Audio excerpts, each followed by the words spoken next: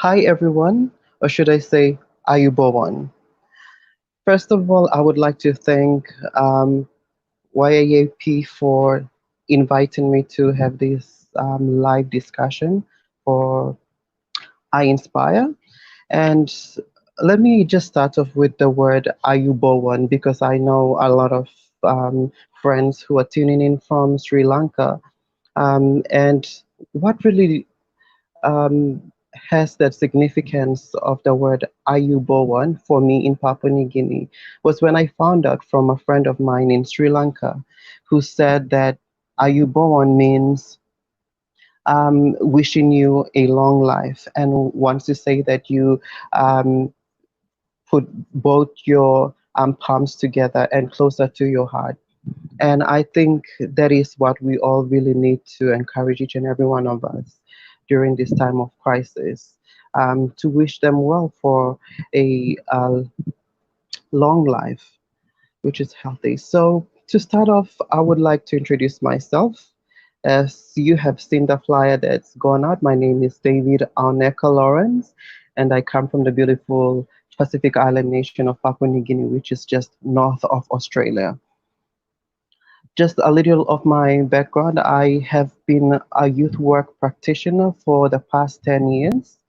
I currently work as the principal advisor for international affairs for the National Youth Development Authority, which is the organization responsible for youth development in the country. And I have been working in the public sector for 4 years and 6 years in volunteering for non government organizations. I also am a podcaster, and my podcast is called Youth Talk with David Aoneka Lawrence, and that's where discussions around social, economic, political, and environmental aspects of youth development are being discussed on the platform with ordinary young people, with experts or specialists of youth work, and social workers as well as youth workers. I also have a community initiative called hashtag Men and Boys Too, and it's a event that brings men and boys to discuss about domestic violence, how it affects them, and how men and boys can be part of the cause against, studying against domestic and sexual violence, and also redefining masculinity in Papua New Guinea. So in this session, I wanted to just give a motivation on during this crisis. And I'd like to encourage every young person that crisis is an opportunity to find solutions or pathways to be innovative. I know that during this time, some of us have experienced fear, panicking, anxiety, and so forth because of this pandemic. And now that everyone is at home, we are uh, thinking of ways of how to fight boredom and so forth. But I'd like to just bring us back on a few things to self check. And first of all, is that we have to be mindful of what we accept, the information that we accept to believe, and also the responsibility that we take because our actions affect others. And with that, in this session, I'd like to share a model or a concept which most youth workers across the globe have used. It's called the circle of courage. Pardon me. The circle of courage, which I will be explaining, and probably you can actually use back at home. And I will have to share my experience as well. And in my country, we have been locked down for the past 14 days, and it's also been extended. I may go back to work, but I will have to share with you all of what I have been doing for the past 14 days, and that you can also apply it and have a little sense of creativity for yourself so that you are not just wasting time staying at home, but being productive, being part of the solution during this crisis. So let me start with the introduction of the Circle of Courage. This model it's a youth development based on four principles that generates child development, practices of tribal peoples, and the findings of modern youth development research. And this philosophy emerged from collaboration of a professor by the name of Martin Brokenleg, who has a PhD in Native American Studies, and together with Larry Bentrow, who was a professor in children's behavior disorders. And they studied how indigenous cultures nurtured children without resorting to coercive discipline. So the circle of courage is illustrated as a medicine wheel with four directions. So before I get to show you the circle of courage, I will just quickly give a background of how it works. So this model, the circle of courage, was adopted to youth services in South Africa during the administration of Nelson Mandela and under the leadership of Minister Geraldine Moloketi and Leslie Dutoit. And this led in 2005 to the Response Ability Pathways, known as the RAP, curriculum, which provides training on applying the circle of courage to all the youth work or those who work with you. The Circle of Courage provides the philosophical foundation for the work of Reclaiming Youth International, which is RYI, a nonprofit organization that is dedicated to helping adults to provide better services to children, youth who are in emotional pain or conflict in the family, the school, community, peer groups, or to work to find a way out from their challenges by themselves. So this is the activity that I am going to show you, the Circle of Courage. This is what it looks like. So I know it doesn't look like a circle on my drawing, but it is actually, the concept is the Circle of Courage. So at the center is me, and you will see in the pink shaded, the circle is divided in four parts. The pink shaded section is where I have put belonging. And if you want to find the Circle of Courage, you can actually go and Google it up and find all of that information. So in that section, once you want to, in times of crisis, and when you don't have a sense of direction of what to do, especially as a young person, it's very important to reflect back, have a self assessment of who you are, what are you really good at, what can you do without the help of others, and what can you contribute to society. Those are the four questions. So in the section of belonging, the pink section, that is where you write where you belong, who you belong to. So where you belong can be, if you come from a country, which is Sri Lanka, which province do you come from, your religion, your environment, the name of your village, the clan, the tribe that you belong to. And make sure that you, when you're defining your belonging, it has to be deeply rooted into, expand it more into your inner self of belonging that you have. For example, if you're one who is emotional, you can say that you belong to, your personality belongs to this certain type of people that you feel that you can open up to. And once you have that understanding, it's about finding out who or what you belong to. The next section is called mastery. Mastery is where the yellow section, the yellow section where it you get to list down things that you have actually mastered. So in other words, we are talking about things that you've already are good at. Like this can be skills, this can be talents, hobbies that you have. So it can be singing, dancing, writing, poetry, um, and it can be arts and craft, you name it. So the section of mastery gets to help you understand yourself of what can you do, what have you mastered, and the things that you have mastered, what can you do with that?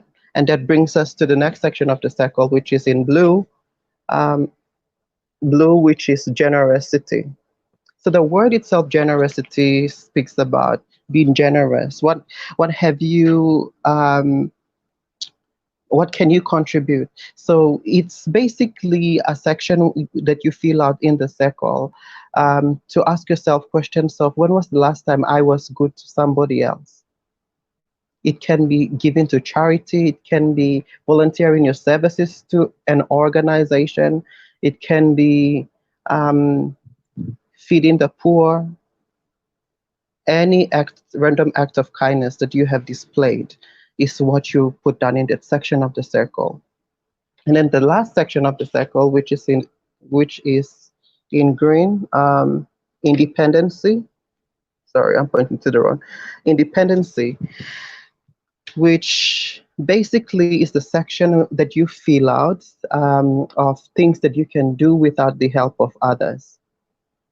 Okay, so for example, if you're one who hasn't gotten on a public transport and you're used to getting on cabs, and every now and then you always get someone to get on the same, to accompany you to get on a cab or in public places. It can be the opposite of that. Someone, after, for so long been having that fear, and you've finally come against it or overcome that fear, and you have done that on your own, that is independency. Or it can be financial independency. It can be in different aspects. It can be economic, it can be social, it can be self-empowerment.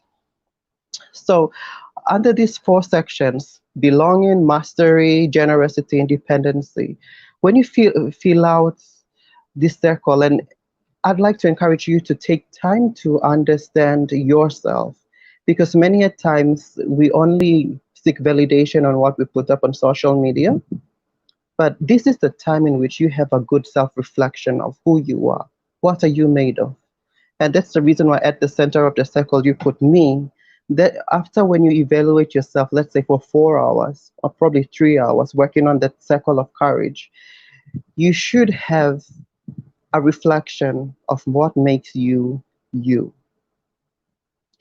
The only thing that's going to move you forward is when you have that self-awareness, the self-understanding of what you are, what you're made of, who you are. Then you can think of other things during this lockdown period or the quarantine. So the first thing that um, I'd like to also stress is that while you're at home, I'd like you to think or reflect on your surrounding. What you do affects other people. Your actions also affects other people. And also ask yourself, who needs you at this time, and who do you need at this time? And what do you need as well? Because it's not always about um, you trying to do something. Sometimes you really need that help. Sometimes you need to reach out. So when you are brainstorming around belonging, or before you go what to take action, always think about this. So let me give you an example of what I did while I was working on my circle of courage. One thing I recognize in the circle of courage is people that follow my podcast page. And 2 weeks or 3 weeks prior to the lockdown situation we have here in Papua New Guinea, um, a lot of opinions and statements that I put out on social media kind of drove fear into my followers. And so that's when I realized that I was, instead of me trying to um, inspire people or motivate people, I was actually driving fear into them. So what I did was that I deactivated my social media account for 10 days, and I sat back and I um, put out a plan and said, from now on onwards, I will always put up words of encouragement, because now that everyone is in fear, I should not drive more fear into them, but instead to encourage and support them and to be there for them. And so my messaging on social media has changed. So sometimes it cannot be only your followers on social media, it can be your family members. The news that you read, fake news that's circulating online at this time, sometimes it's not necessary for you to share it with your family. Consider people who have high blood pressure, people who have health issues back at home, some who are emotional, and some who have panic attacks. These are the people that you must consider. That's the reason why I said, when you are working on the section of belonging, try to expand it and be more human. The second section I'd like to talk about is generosity.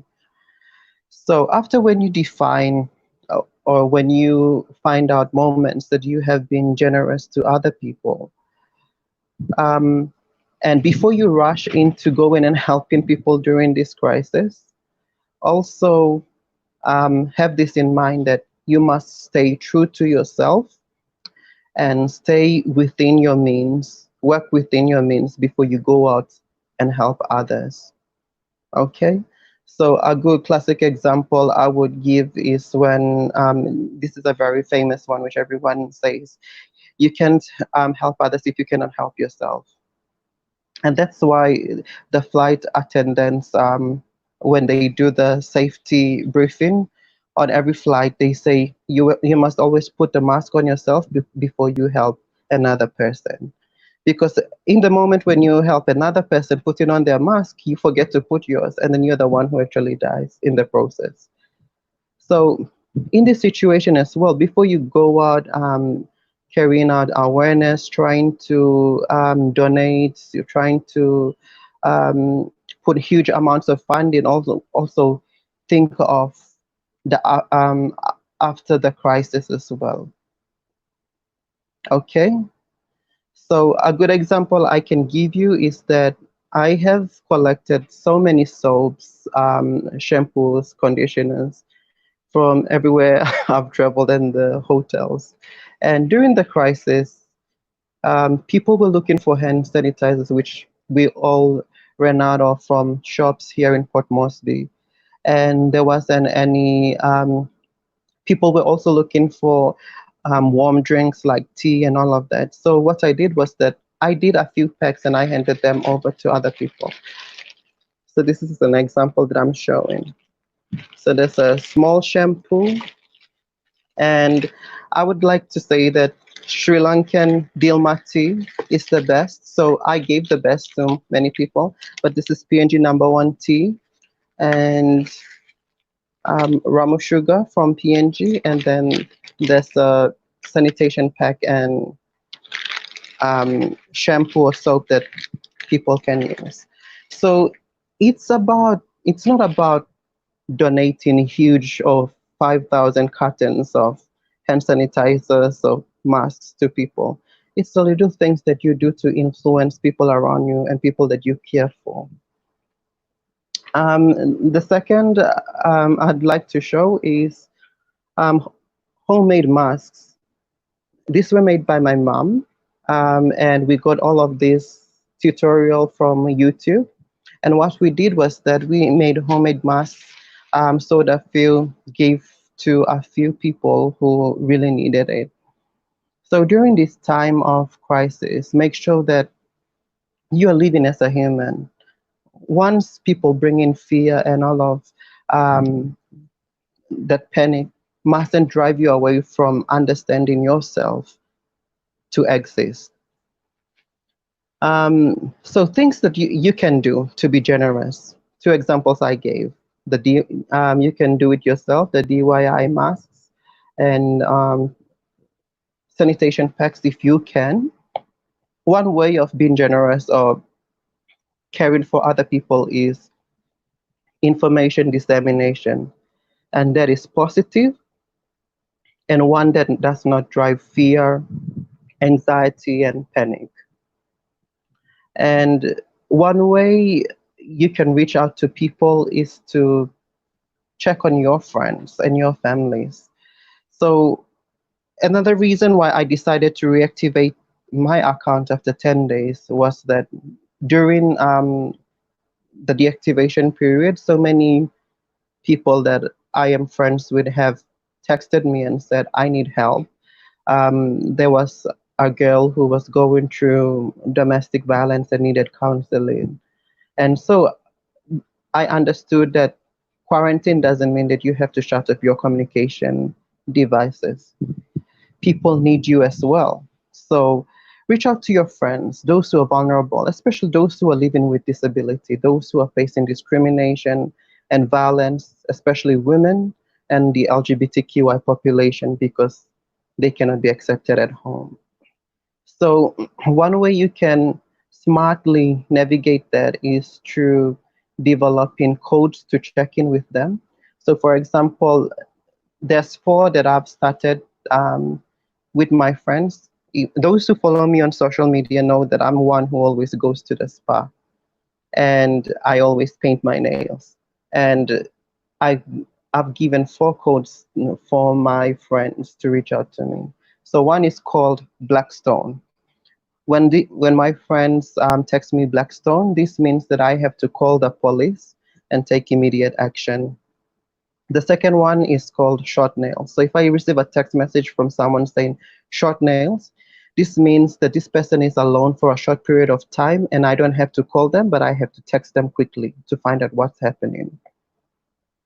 And the next code is called I'll buy you a drink. I'll buy you a drink is a white finger polish.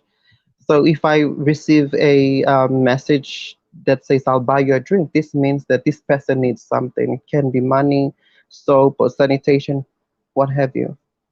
And the last code is give me the moon, which is a gray fingernail polish. And this means I can call the person, um, and he or she has the time to talk about their problems or to find help or just to be a listening ear to them because relationships do really matter. And that brings me to the third, which is independency. Independency, I'd like you to, mastery. And under mastery, I'd like you to revisit your hobbies. If you're very good at gardening, you can start a backyard garden. Or if you're good at writing, you can start writing poems, short stories. Or if you're good at drawing, you can do sketches, weaving, knitting, anything.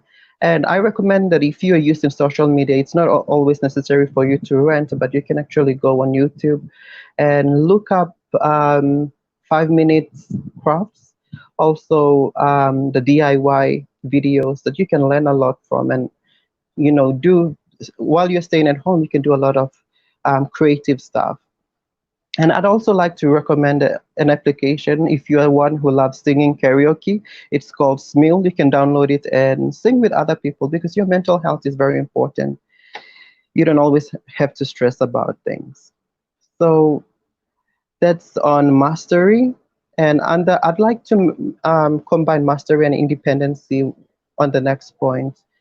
That is, I'd like to challenge you to develop a skill or learn a new skill online. Now that we have technology, there's two apps that I'd like to introduce. Or some of you may know this already, but from my experience, there are two apps. One is Coursera, and it's spelled as Coursera. You can download that from um, Google Apps. and also edX, which is ED and X. So under Coursera, a few courses that I have been taking up for free online. One is called Strategic Business Management, Microeconomics, and it's hosted by the University of California. The second course is Confronting Gender-Based Violence, Global Lessons for Health Workers from John Hopkins University.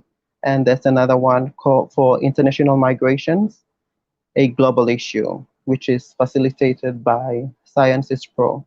So those are some examples that I'm sharing on Coursera. Um, if you take this time, it can be a lockdown for 3 weeks period.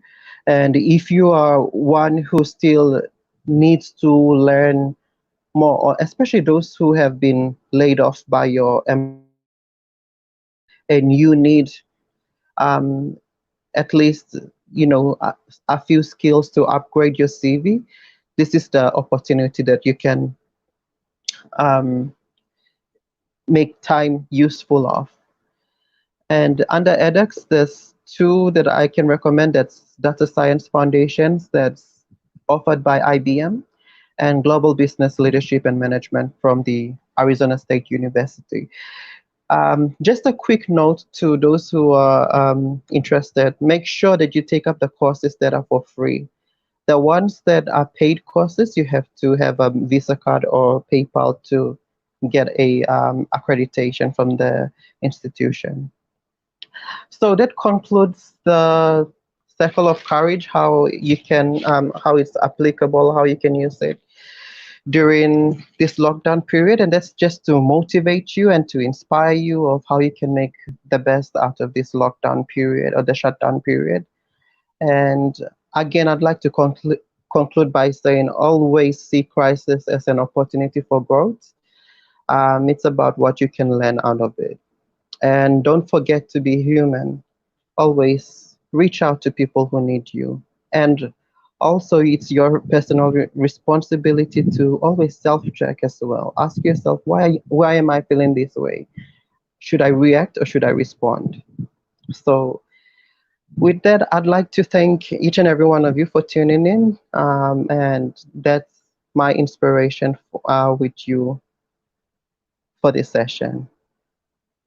Thank you.